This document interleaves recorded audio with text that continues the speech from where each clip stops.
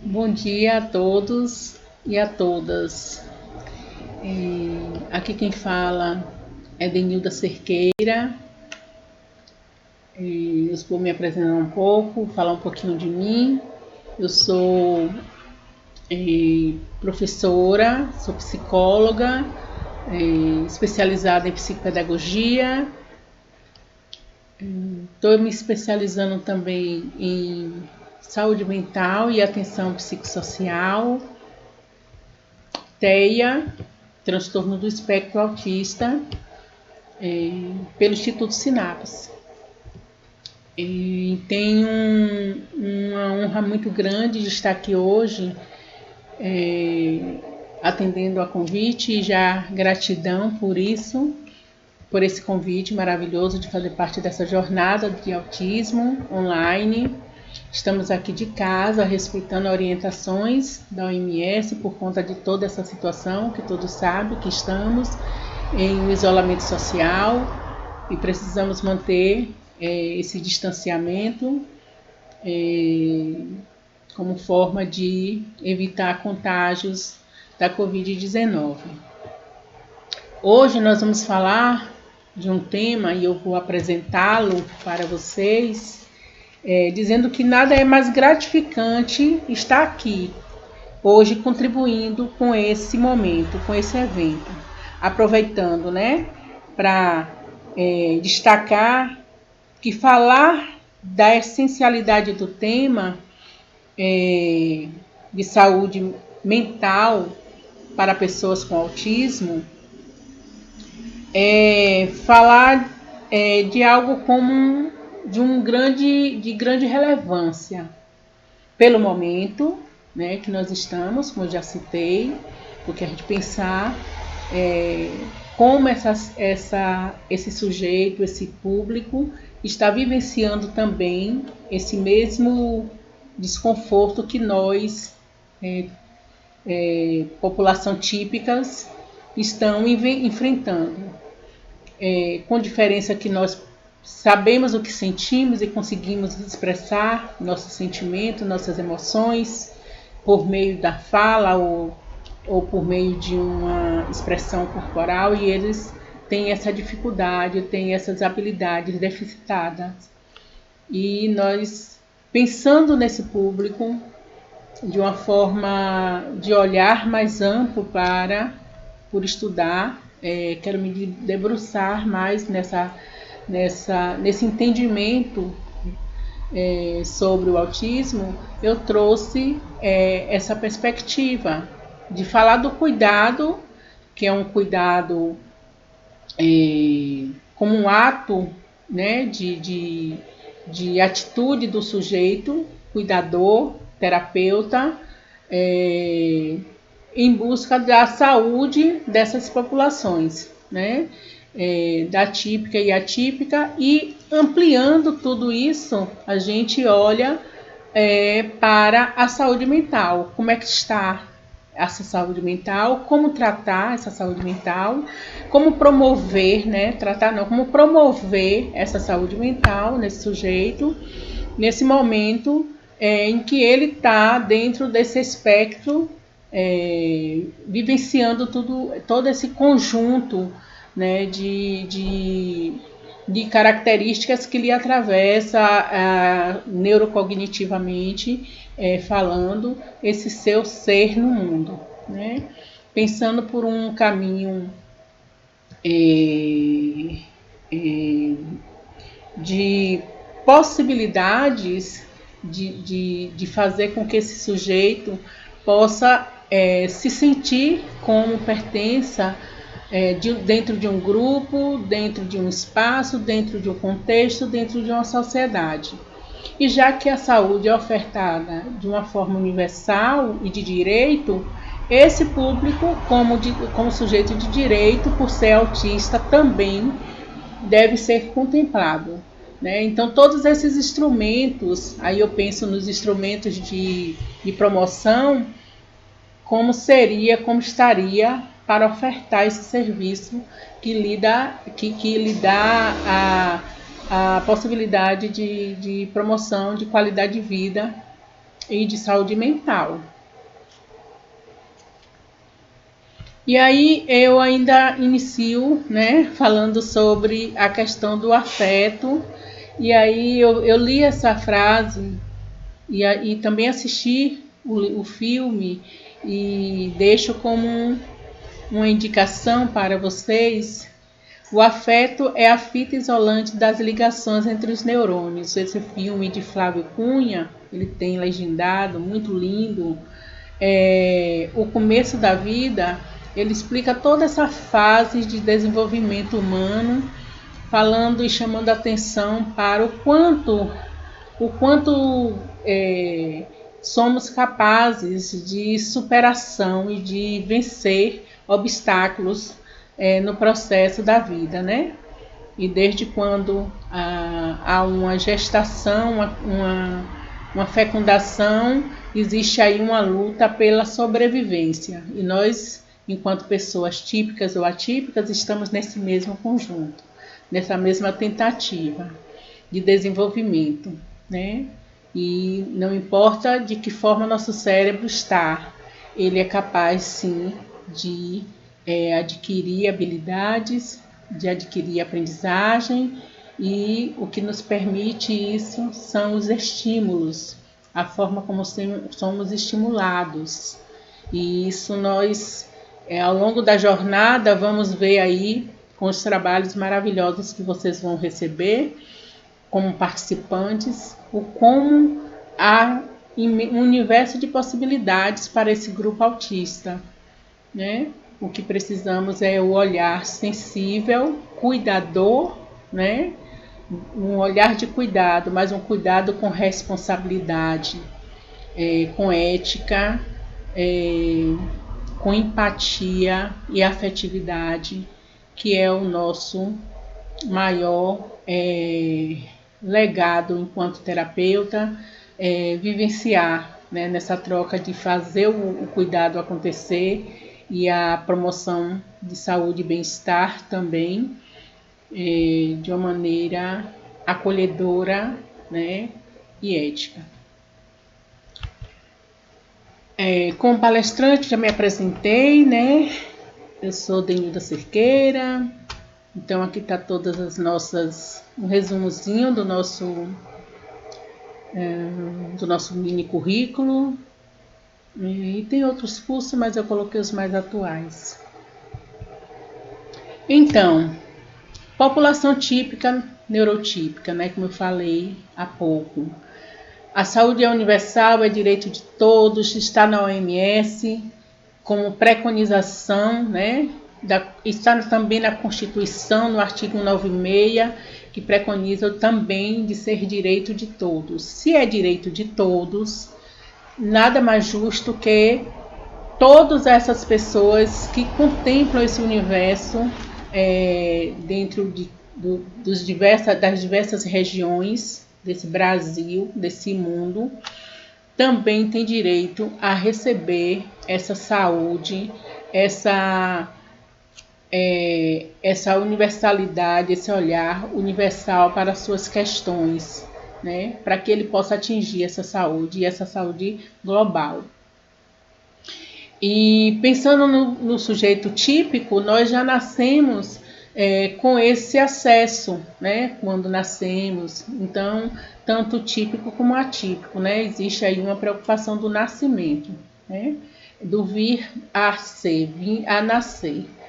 Então, nós trazemos algumas características. Sabemos que essa característica do desenvolvimento nos campos em vários aspectos da linguagem, da comunicação verbal, não verbal, está preservada, né, para essas pessoas típicas, consideradas normais. Comportamento, andar, sorrir, lateralidade, socialização, nós nos relacionamos, somos sujeitos de relação, de interconexões, né, de interação, como já nos dizia Vygotsky. Então, assim, a socialização transcorre em todas as fases do desenvolvimento de uma pessoa, de uma criança.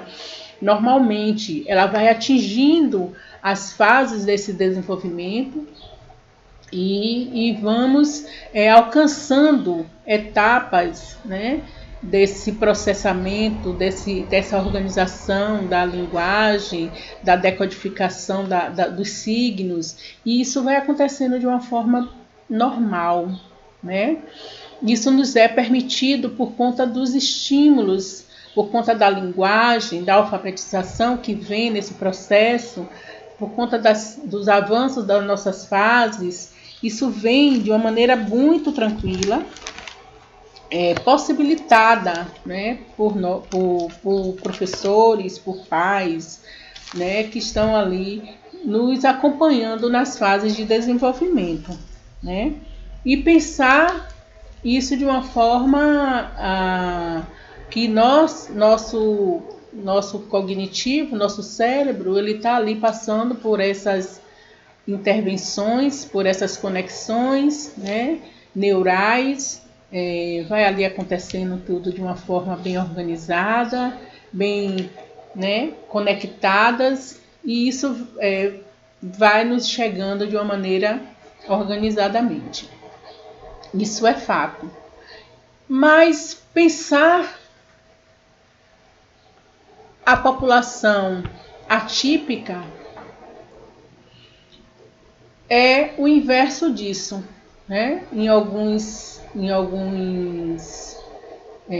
estudos, pesquisa que eu fui tentando fazer um comparativo de como era um, como não era outro, o que eu encontrei em relação às características atípicas no autismo é justamente entender que essa população atípica, ela faz sentido a gente estar discutindo isso, porque chama a atenção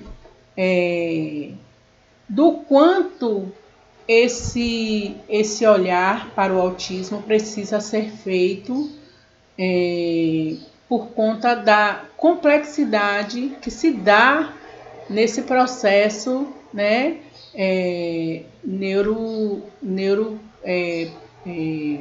neurológico, desculpa. E as pessoas atípicas, e o próprio conceito de atípico é o que está fora de um padrão, né, no padrão normal, coloca esse sujeito bem próximo, né, desse conceito do autismo também, que é aquele que está para si mesmo, né, seguindo a etiologia da palavra.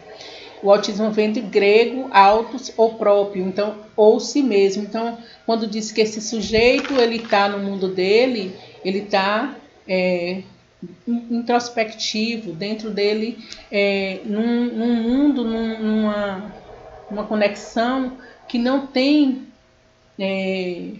chaves de acesso, né? É como se essa conexão fosse interrompida diversas vezes e não há uma interação. E isso é um dos comprometimentos, né? São três características que são mais identificadas para comprovar, haver uma comprovação desse sujeito ser ou não, né, um autista, que vem falando dessa dificuldade, desse atraso na linguagem e comunicação verbal e não verbal, da dificuldade de socialização e do comportamento agressivo, repetitivo, disruptivo, né, que está sempre presente nesse padrão, né? Padrão restrito, repetitivo, e isso leva a uma classificação, né? E essa classificação pelo DSM-5, que é o atual, que todos estão já acompanhando, claro que existem alguns ainda seguindo pelo CID-10, mas o DSM-5 é o que está mais atualizado, mais utilizado entre os profissionais que trabalham com autismo. Há um déficit, né, traz 3 áreas bem sinalizantes para o autismo, e isso eles nos chama a atenção para que a gente possa observar. O autista, ele tem uma avaliação clínica, onde a observação clínica precisa ser feita e ser feita com critérios, né, obedecendo esses critérios do próprio DSM, né, que é um protocolo, que é um instrumento de classificação, mas que traz para o autista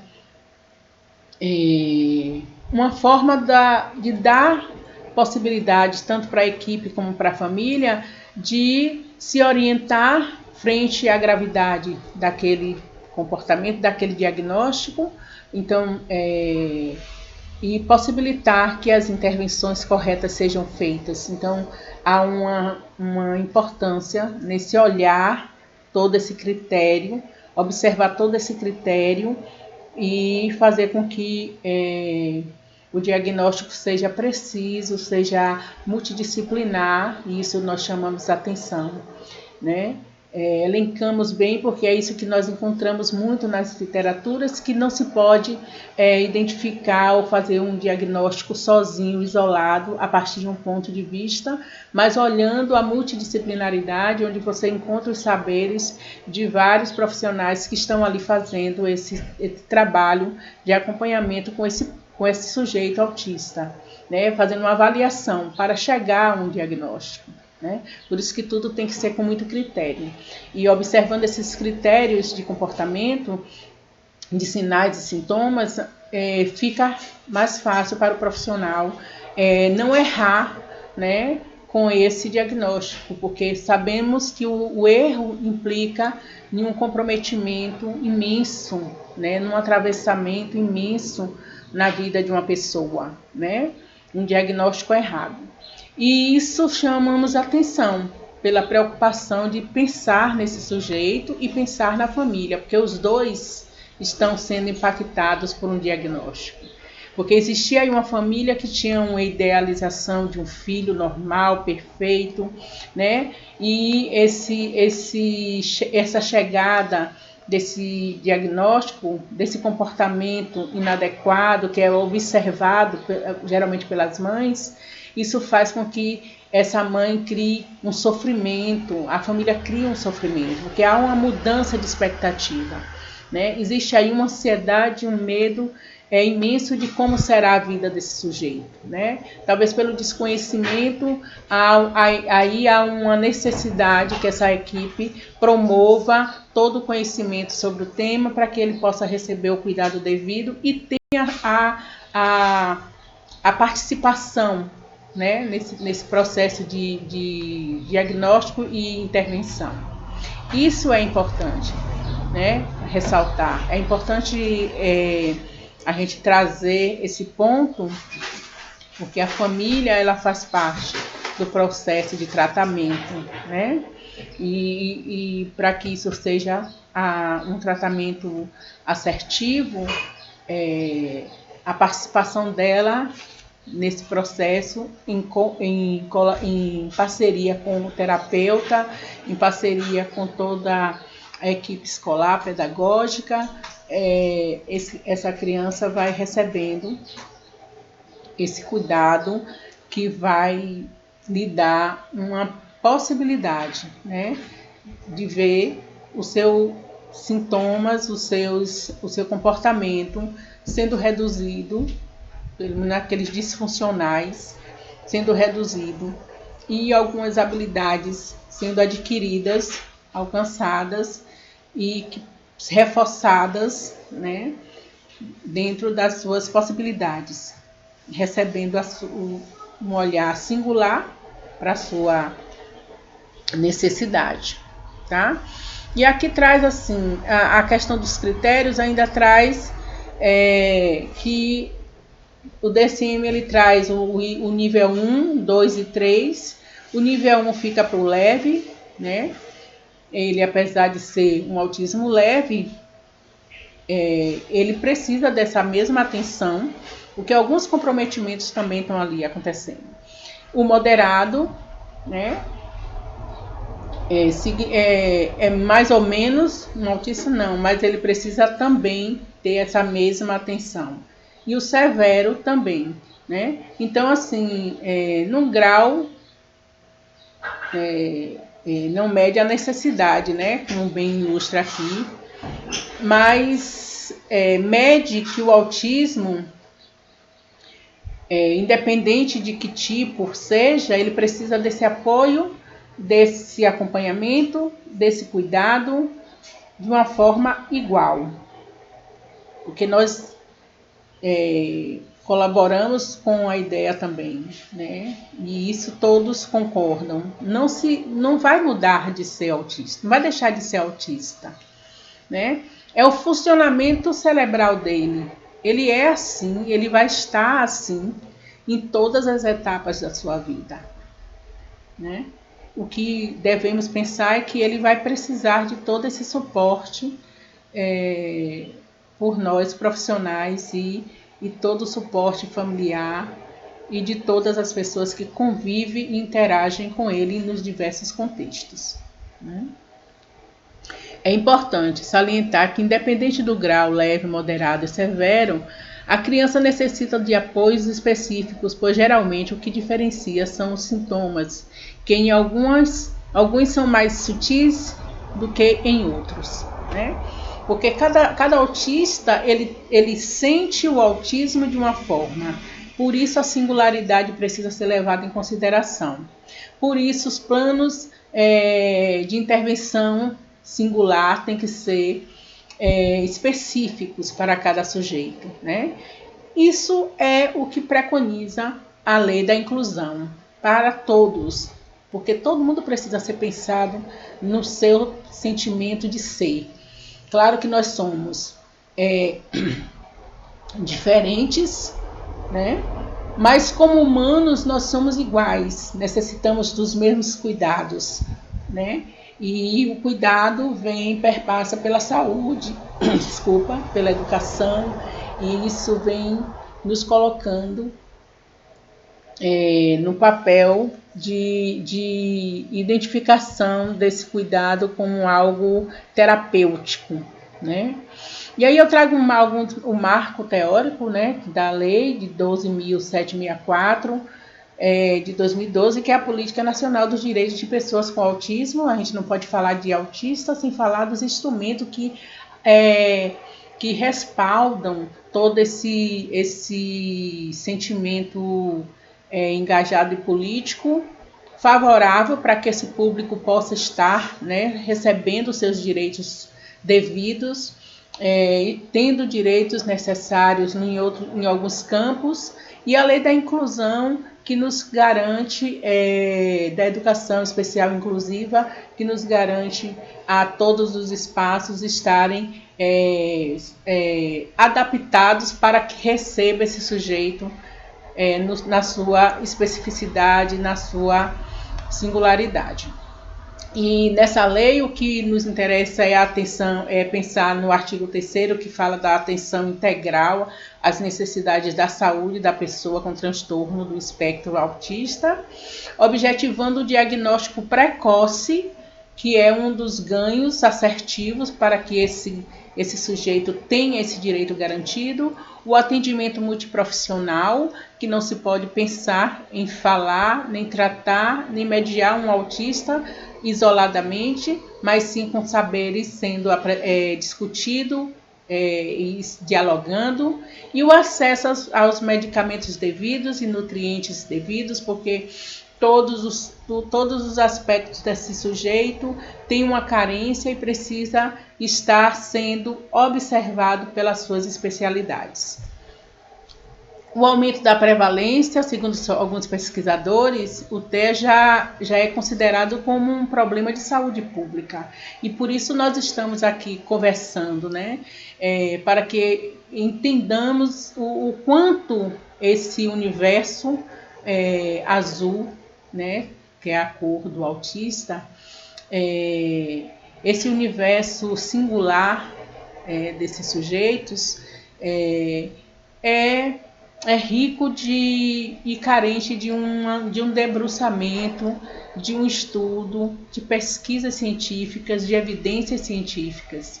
E aí eu convido a todos a debruçar sobre isso, estudando e pesquisando e buscando, né? Estar sempre embasado em teorias e teóricos que possam agregar à nossa prática o tratamento ético e criterioso que eles necessitam e merecem. Tá?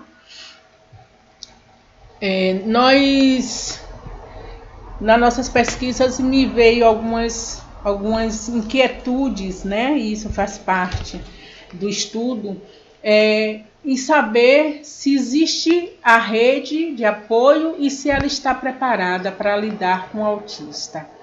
Eu deixo aí algumas reflexões sobre isso, né? Porque eu fico pensando que o autista ele vai estar necessitando de cuidados na rede básica, na rede de atenção básica, nas clínicas, nos hospitais, e eu fico pensando se existe do outro lado um profissional especializado, conhecedor do funcionamento desse público que está lhe chegando. Né? Se entende o sofrimento, se entende como identificar, como fazer a leitura desse sofrimento, desses sinais e desses sintomas. E como é importante que isso seja pensado. Né? E cada vez mais que os especialistas, os médicos, tenham a sensibilidade de mergulhar nesse universo, né? Nessa busca de conhecimentos para promover, claro, a saúde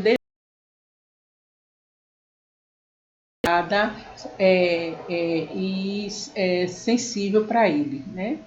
E aí eu encontrei também um instrumento chamado CRETEA, Rede de Assistência Básica, né, para pessoas portadoras do transtorno do espectro autista.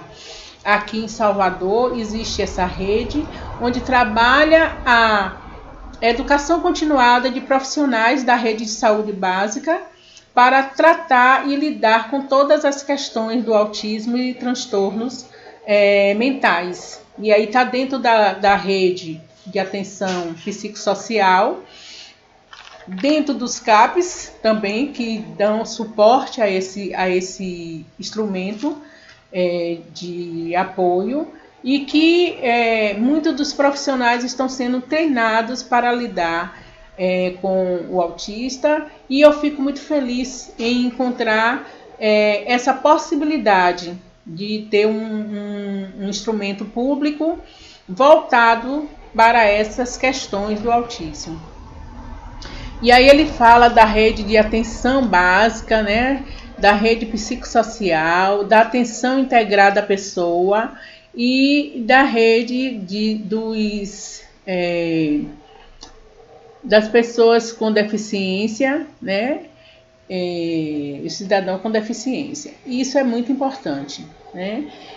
Mesmo que seja sutil essa presença dessas políticas públicas, eu acho que cabe a todos que estudam, pesquisam, trabalham com o autismo, esse engajamento de buscar mais políticas públicas favoráveis para que efetivamente aconteça o cuidado devido. A Lei 8.080 de 1990, que fala do nosso Sistema Único de Saúde instituído, uma política pública pautada na concepção da saúde e direito ao cidadão e dever do Estado. Isso é fato, mas a gente vê ainda muito a desejar, né? Claro que o Estado é responsável por garantir o acesso à qualidade, ao conjunto de ações, de serviços que busca atender às diversas necessidades da saúde das pessoas, sob o princípio da universalidade, integralidade e equidade, em vista à justiça social. A gente demanda todo o nosso conhecimento em cima de tudo isso e é o que mais nós, enquanto profissionais, desejamos, né? E enquanto cidadão também, né? Que a educação seja de qualidade, que a saúde chegue a todos e nos chegue de uma forma integral, com equidade, com sinceridade, com verdade, ética e cuidado, né? Isso é fato, é o que a gente preconiza também como profissional, né? E eu venho nesse sentido falar que dentro dessa proposta da lei do Sistema Único de Saúde, fazer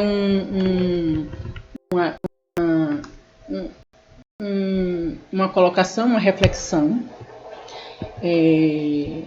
para a singularidade, a individualidade e a multidisciplinaridade que isso precisa ser pensado. Não só pensado de um campo, mas pensado de um encontro de saberes, de discussões e de várias redes se comunicando, né? Falando entre si, falando para o sujeito, pelo sujeito. Isso é dar a atenção integral e global, né? Isso faz com que a atenção global aconteça de fato. É esperado por todos, né? Opa. Alguns momentos a conexão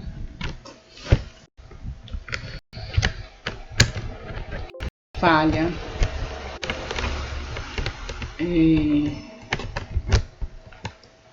Vamos seguir, né? Vamos seguir. O cuidado por vários olhares. E aí a gente vai falar sobre o cuidado da saúde, né? Que é o nosso tema. Né? Saúde mental é o foco, né? Por nós estarmos aqui pensando quem dá esse cuidado, como esse cuidado deve ser pensado. E aí eu trouxe alguns conceitos de cuidado que eu corroboro com a mesma ideia desses autores, por pensar que somos sujeitos de direitos, somos seres no mundo, né? Eu penso com um olhar humanista desse mundo, desse sujeito que tem o seu direito de ser e estar, e nesse ser e estar para aquelas pessoas que têm comprometimento como autista, é muito difícil, precisa de um suporte, né? Por trás. Esse suporte somos nós, profissionais, professores, médicos, psicólogos, fonoaudiólogos, TOs, né, assistente social, enfermeiros. São profissionais que estão na linha, né, de frente de trabalho com esse sujeito, interagindo com eles, buscando alternativas. Então é por aí que eu penso o cuidado, né? E por isso que eu trouxe por vários olhares, porque não é o meu olhar como psicóloga, né? É o meu olhar como psicóloga, como professora, como psicopedagoga, né? Como cidadã que comunga e conversa com os olhares de outros profissionais. Então, o cuidado, ele deriva do latim cogitare, que significa imaginar, pensar, meditar, julgar, supor, tratar, aplicar a atenção, refletir, prevenir e ter-se. Cuidado é o cuidado em ato. O outro é o lugar do cuidado. Roseni Pinheiro, ela traz essa reflexão e esse conceito de cuidar que amplia, né, e que acolhe, né, todo esse sujeito e todas as pessoas que estão nesse processo. Se trabalha por essa linha do cuidado, com certeza a afetividade, a relação terapêutica, a relação de confiança entre a família e os profissionais vão estar garantidos nesse processo. O cuidado visto para além das atitudes e de atos dos seres humanos. O cuidado está antes da atitude humana e, portanto, está em todas as situações e ações. Representa uma atitude de ocupação, preocupação, de responsabilização, de envolvimento afetivo com o outro. Leonardo Boff fala desse cuidado no seu livro. E ele nos convida a pensar uma ética de cuidado, uma nova ótica, né? Por uma ótica diferente, onde esse sujeito outro recebe de mim o que eu tenho de mais genuíno para ofertar para ele, né? Então, o olhar de Buff é justamente pensar que nesse processo de ser e estar nesse mundo, a priori é o cuidado e a priori vem do ser humano. Enquanto humanos, eu preciso estar preocupado com o outro, e nem o outro me remete a mim também, que eu preciso desse autocuidado para eu poder estar bem para cuidar desse outro, né? E o cuidado, ele permeia a saúde mental, né? Ele é o combustível para a saúde mental, né?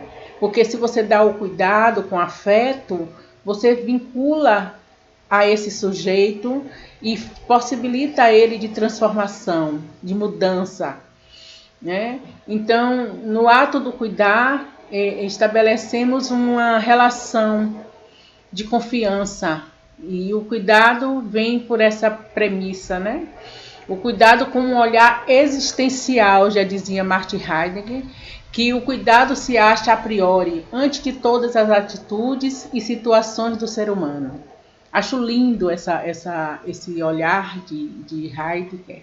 Acredito também nesse mesmo movimento, porque eu me sinto pertencente como ser de direito nesse mundo, e eu gosto de ser cuidada, né? E você ser cuidada em todos os aspectos da sua vida, seja familiar, seja profissional, né? Então, nesse ir e vir no mundo, a gente ter o cuidado devido, ter o respeito pela nossa singularidade, pelos nossos desejos, pelas nossas vontades, pelo nosso ponto de vista. Então, pelo nosso ser, é terapêutico, porque nos dá autonomia, autoestima, e isso é também saúde mental. Pensar na saúde mental é pensar em todos esses aspectos. A rede de apoio e assistência no Brasil, como eu já falei lá da Creteia, né? Eu já tinha até iniciado essa fala, já falei da importância dessa unidade. Essa unidade na Bahia, né? É um espaço de educação, mas também trabalha com avaliações, né? E ela traz algumas considerações, faz protocolo, é a tecnologia do cuidado, como ela falou, conversando com a diretora. É um protocolo de cuidado baseado em evidência, cuidado multiprofissional, porque ela orienta as equipes para trabalhar, principalmente as equipes da rede básica de atendimento à saúde, as intervenções de grupo, intervenções individuais, matriciamento, né, entre as redes, entre o território, e tudo isso é pensado para o sujeito também com autismo, né, dentro dessa proposta das deficiências, dos transtornos, da atenção psicossocial, né? E aí eu trago um número aqui que é importante, também só a título de conhecimento, mas as meninas vão estar falando sobre isso, né? Sobre o número de profissionais, esse mapeamento, quantas pessoas no mundo com autista, com autismo, 70 milhões, né? No Brasil, 2 milhões. Nos Estados Unidos, 1 a cada 59 pessoas é autista. E em 5 crianças com autismo, 5 são meninos, então há uma prevalência maior. Esses dados é da Organização Mundial da Saúde, no Centro de Controle e Prevenção da Doença, ligado ao Departamento da Saúde e Serviços Humanos dos Estados Unidos. Olhar para as diversidades é olhar para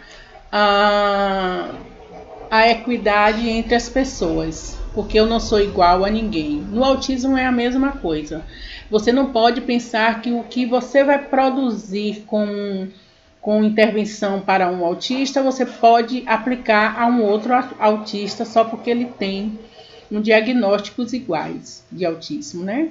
Então, o diagnóstico parte do olhar do cuidado. Esse diagnóstico ético, singular, que é precocemente pensado, com avaliação e observação clínica, com olhar múltiplo dos profissionais, né? Respeitando essa interdisciplinaridade, esse respeito, essa singularidade, essa heterogeneidade, desculpa, a palavra quase não sai. E no DSM ele traz esses critérios que eu já falei também sobre isso, né?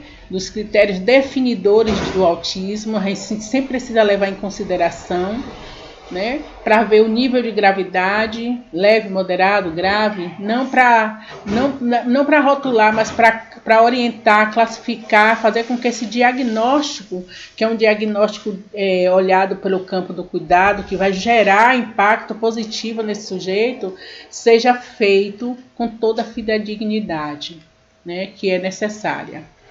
Né? Então, assim, obedecendo. O tratamento é um tratamento terapêutico, que eu acho muito importante, mas a gente não pode deixar de citar, vou elencar só, porque não é o tema da minha palestra, mas que existe também o tratamento medicamentoso, que também em alguns momentos é importante, e que isso precisa ser feito por especialistas, sempre olhando o sujeito, né, a necessidade desse sujeito. Isso é um respeito à singularidade desse sujeito.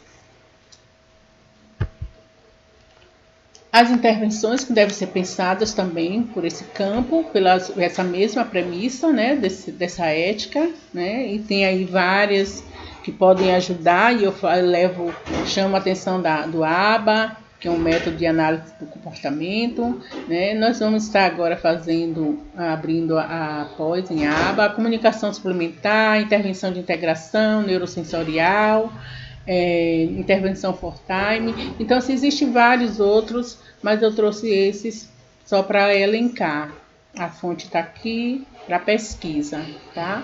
O diagnóstico TE implica na avaliação abrangente de inúmeras áreas, né? E aí a gente fala aqui que é justamente esse respeito à multidisciplinaridade dessas áreas que precisam ser levadas em consideração. Não se pode pensar, né, em eu sozinha fazer o diagnóstico, o meu ponto de vista, né? Porque a partir daí você precisa ter um olhar dimensionado, se comunicando, né? Que é a psico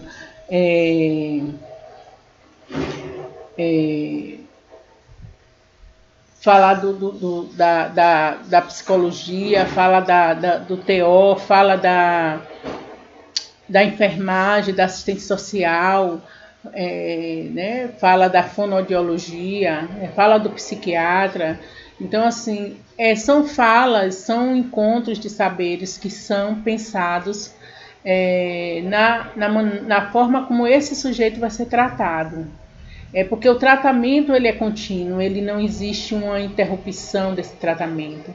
Porque o sujeito ele não vai deixar de ser autista, ele pode sair do grau de comportamento desorganizado, pode se estabilizar, né? mas ele vai precisar sempre desse tratamento, desse acompanhamento, né? E a saúde mental, que eu venho falando sempre dela desde o início, né? Porque a gente precisa pensar de cuidar de quem cuida, né? Do autista, né? E quando eu penso na saúde mental, eu tenho um olhar para o diagnóstico precoce, né? E esse diagnóstico só vai acontecer se esse cuidador tiver a responsabilidade. Lembra do ato do cuidado que Buff fala que é um ato de atitude.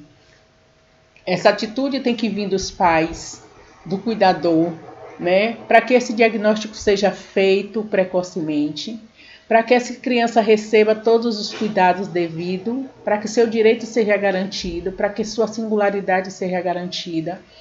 E dentro desse processo todo, né, de atenção psicossocial, recebendo, né, tanto do psicólogo, como do TO, como da fono, como do psiquiatra, esse cuidado ele vai gerar nesse sujeito um impacto benéfico, porque vai trabalhar todas as áreas que está ali criando ansiedade nele, criando medo, criando estresse, criando pânico, porque existe aí as outras comorbidades que podem atravessar esse sujeito, que ele pode ter, né, em fobias e outras, e a gente precisa entender, promover essa atenção para ele, para a família principalmente, porque a família estando cuidada na sua saúde mental, ela vai estar participando desse processo para que esse diagnóstico seja feito com mais brevidade, para que esse sujeito receba esse cuidado devido com mais brevidade também, né? E a família estando bem, conhecedora, acreditando na potencialidade desse sujeito, né? Reconhecendo, validando esse sujeito como autista, sim, mas como sujeito de direito, né? Autista sim, mas é meu filho e eu preciso estar com ele, lado a lado, dando a ele todo o cuidado devido. E isso vai ser tanto para o pai e a mãe, que vai acalmar seu coração, a sua emoção em relação a esse diagnóstico que lhe atravessou, né? Claro que eu já falei isso anteriormente.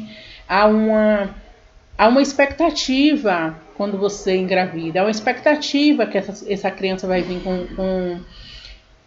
de forma normal, né? Que vai ter todas as suas etapas bem desenvolvidas, que vai ser isso, que vai ser aquilo, por um pai. E quando isso é negado a essa família, a esse pai, a essa mãe, eles entram no processo de luto e ele precisa passar por esse luto do filho ideal perdido, né? Então toda essa confusão, né, emocional que acontece ali dentro deles precisa ser cuidado. Então eu chamo a atenção para o cuidado com o cuidador, para que esse cuidador possa promover a saúde mental, porque vai reverberar lá na criança, no adolescente e no adulto que é autista. Se meu ambiente está favorável para mim, eu vou estar bem também dentro desse ambiente. E a família precisa desse cuidado, né? É esse cuidador que eu chamo aqui a atenção a todos, para que possa direcionar também o olhar para a saúde mental do cuidador, para que ele possa receber e possa promover, né, para o seu filho e a sua criança autista.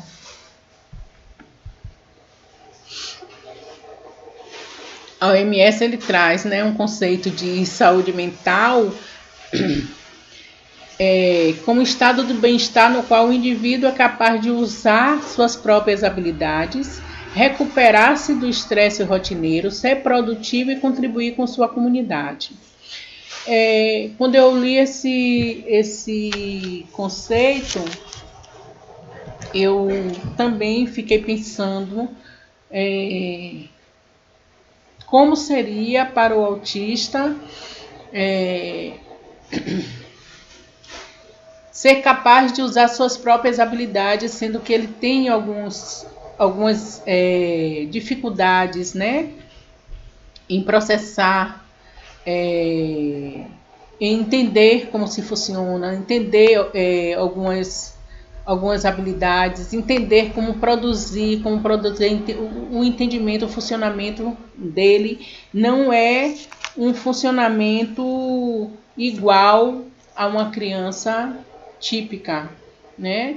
Que sabe que a autonomia, a resiliência, que depende de uma ação, de uma motivação para atingir determinadas habilidades, né? E isso vai sendo alcançado.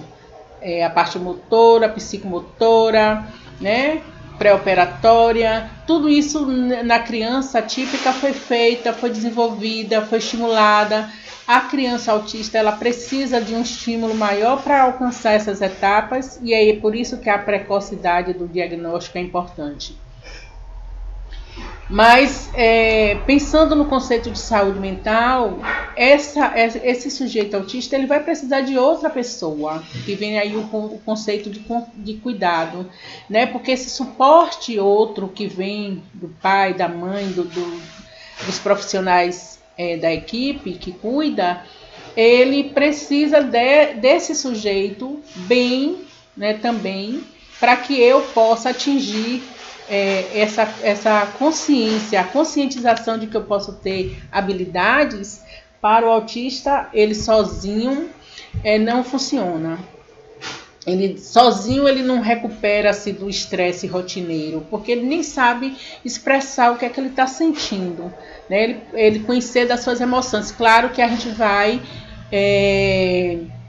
no processo de intervenção, criar rotinas, né, técnicas, utilizando as habilidades funcionais para que ele possa tomar consciência de si como pessoa, como sujeito. Isso vai ser aprendido, né, mas requer tempo, requer essa dedicação e esse debruçamento do profissional, né? Por isso que eu penso o conceito da saúde mental por outra via, que vai chegar para essa criança autista pela via do cuidador, pela via da família, pela via da mãe, pela via da saúde, do amor, da afetividade, do afeto, né, do cuidador.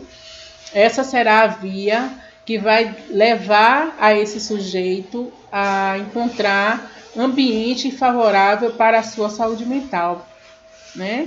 Porque aí tudo vai estar confluindo para que ele possa se desenvolver dentro, claro, respeitando o seu tempo e a sua especificidade, o seu comprometimento enquanto autista. Não com uma ideia de que, não, ele sendo estimulado, ele vai compreender, ele é resiliente, ele vai começar a interação social, né?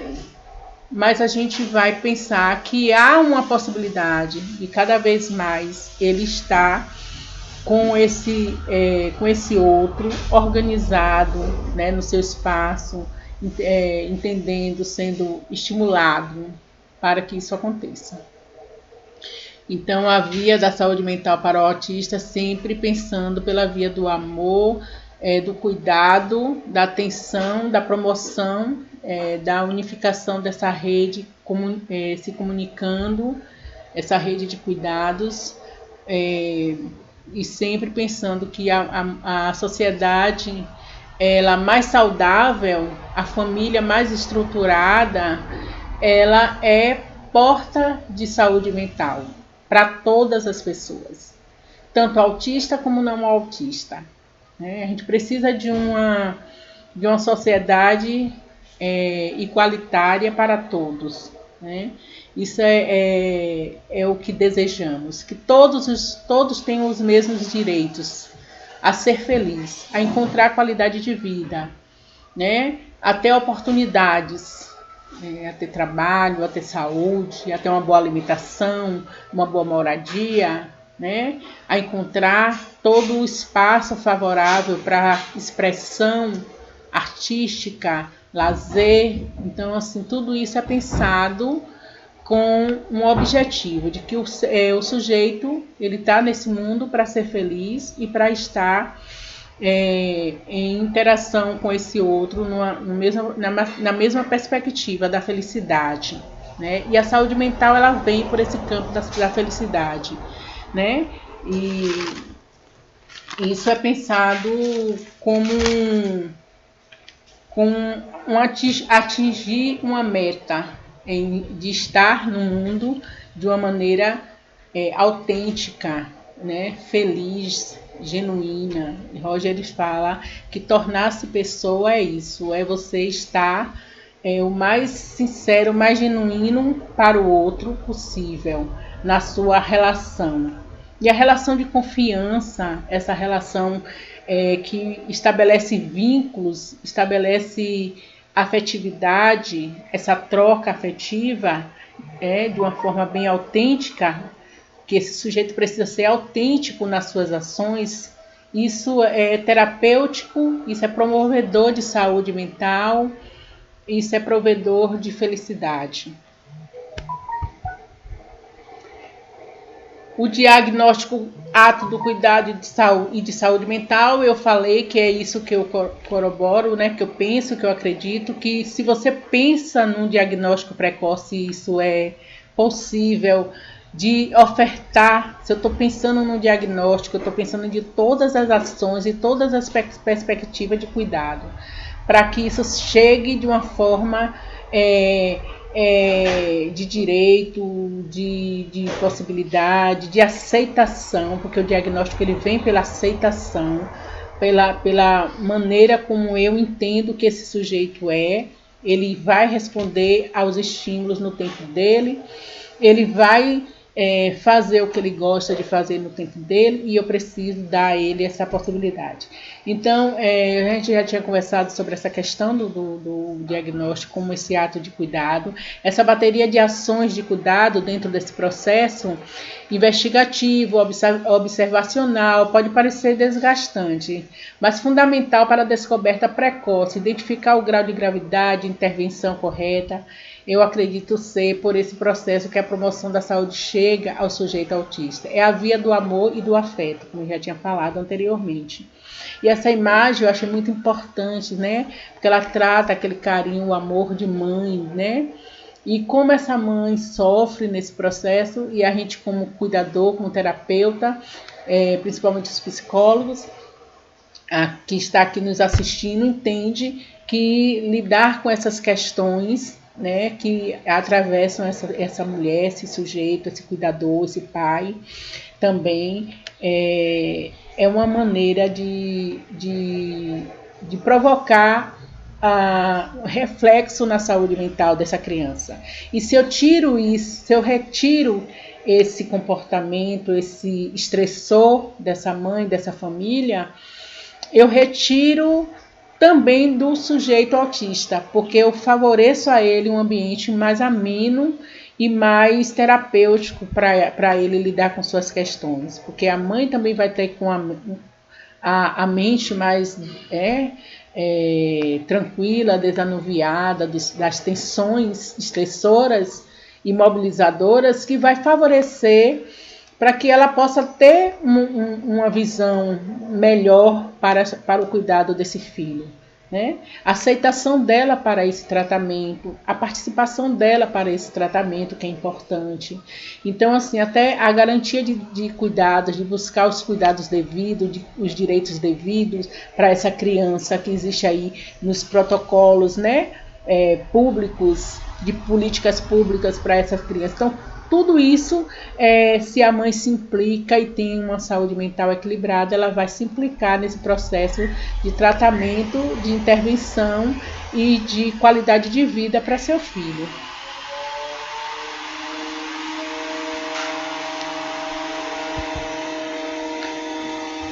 O local de cuidado da saúde mental, do autismo, deve ser também multidisciplinar, cuidado psicossocial. Amor?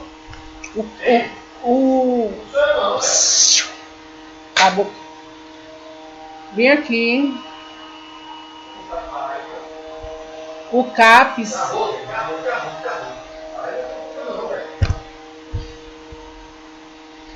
CAPES, ele é um instrumento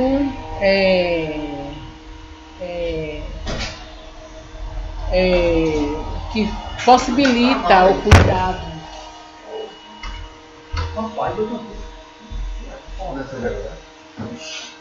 Apoio para esse apoio, né? Então, pensando nesse sujeito que tem todo esse espaço garantido. A preventiva é justamente o cuidado, né? Que a gente fala do cuidar, da aceitação, do cuidado com o outro, do cuidado de quem cuida. O psicólogo Fábio Coelho, ele é pai de autista, e ele fala que é preciso que os pais sejam também cuidados, entender e aceitar o diagnóstico de autismo, vai favorecer o bem-estar da saúde mental de todos, né? A saúde mental de quem cuida, que é o que a gente já vem preconizando e discutindo, que a gente falou sobre isso, né? Sobre essa relação de confiança, de ambiente que precisa ser terapêutico para que o trabalho possa ser feito, e a aprendizagem do sujeito, olhando pela análise do comportamento, perpassa pela contingência, pelo reforçamento. Então a família e o cliente vai recebendo essa orientação dentro dessa perspectiva, e essa relação de confiança entre esse sujeito e o terapeuta, que precisa ter uma habilidade de ser terapeuta terapêutico. Isso foi uma fala dele que me encantou muito nessa perspectiva, de promover a atividade, promover a aprendizagem, os reforçadores, para que tudo isso, toda esse estar, né, no mundo organizado frente a seus comportamentos, possam acontecer. Então, uma redução de estresse, adaptação de rotina, né? Como ajudar, e aí a gente já falou um pouco sobre isso, que é cuidar, fazer com que esses pais tenham tempo para ele, façam o que gostam. Tem várias possibilidades, né? De técnicas de relaxamento, a própria psicoterapia, né? Se há uma necessidade, fazer um encaminhamento para que ele faça a terapia dele, que ele tenha acompanhamentos, né, sequenciais, e fazer com que isso seja entendido e compreendido por esse pai, por esse cuidador, é importante, porque a partir do momento que tudo isso é feito, pensado na promoção da saúde mental, o autoconhecimento, né? Ele precisa saber buscar esse autoconhecimento, porque quando ele se conhece, ele se entende, ele começa a entender por que é que ele cobra muito dele, por que é que ele não cobra muito dele. Então, ele dar conta dessa situação auxilia ele a se compreender melhor. Quando ele se autoconhece, se compreende, ele também passa a ampliar a mente para compreender o outro. O bem-estar e a felicidade pode sim acontecer, apesar do diagnóstico do autismo, claro, e é isso que perpassa pela saúde mental desse sujeito, né? Essa imunidade social, esses estressores, esses lugares de fala do outro, que vem às vezes com preconceito, com críticas, né? Que esse sujeito ele consiga se afastar um pouco disso e não se deixar interferir tanto por esse comportamento do outro, né, para consigo. Então, se eu tenho autonomia, minha autoestima, meu empoderamento, eu acredito no que eu posso, no que eu sinto, o que o outro fala de mim pouco me importa, né? Ele não vai interferir tanto e me deixar tão para baixo frente às minhas escolhas e a forma como eu sou nesse mundo, né? O hedonismo social, que é aquela coisa das ações que leva ao prazer e bem-estar, porque no autismo, como eu já falei, todo esse processo de estresse antes, né, de se conhecer, de entender e aceitar o diagnóstico, os pais perdem por conta de toda essa complexidade do transtorno autista. Envolve muito trabalho, muito cuidado, um desgaste muito grande de toda a família. Gera na mãe, no cuidador, um direcionamento, um foco só para aquela situação. E isso gera também estressor e adoecimentos, como depressão, né? Ansiedade e outras comorbidades que podem vir a partir daí. Importante também que a gente tenha dentro desse processo uma sensibilidade social, o apoio do outro, e esse outro é justamente a nossa família, né? Nossos amigos, a relação com o nosso terapeuta. Isso é importante nesse processo de busca da saúde mental, né? A autoestima, que é algo que precisa ser estimulado dentro desse processo de saúde mental, e as técnicas que promovam, né, bem-estar nesse sujeito, fazendo com que ele possa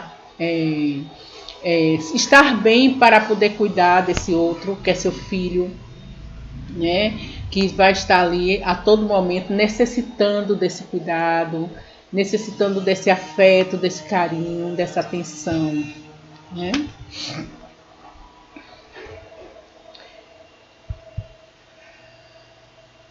E, por fim, falando sobre o autismo, trazendo essa reflexão sobre esse ponto de vista, nós chegamos aqui trazendo e deixando uma consideração para vocês que eu também acredito que sem saúde mental não há saúde.